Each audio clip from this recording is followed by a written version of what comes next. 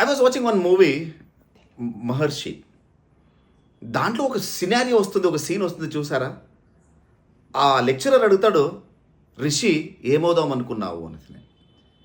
అక్కడ ఒక డైలాగ్ చెప్తాడు మహేష్ బాబు గారు, ప్రపంచాన్ని ఏలేద్దాం అనుకున్నాను sir.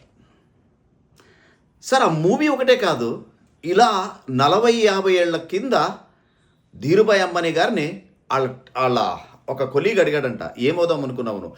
India's number 1 business man అవ్వాలి అని చెప్పేసి నా కళ అన్నాడు. అక్కడ ప్రపంచాన్ని ఏలేద్దాం సార్ అని చెప్పేసి మహేష్ బాబు గారు చెప్పారు. ఇక్కడ Dhirubhai Ambani India's number 1 business man అవుదామని ఈయన అనుకున్నాడు. అంటే వాళ్ళ దగ్గర ఒక గోల్ అనేది ఉంది, ఒక క్లారిటీ అనేది ఉంది.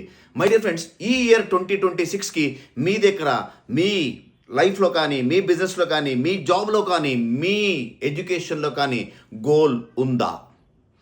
గోల్ పెట్టుకోండి, దానికి రాత్రి పొగులు పనిచేయండి, రిజల్ట్స్ ఖచ్చితంగా వస్తుంది. ఫస్ట్ ఒక క్లారిటీ ఉండాల్సిందే.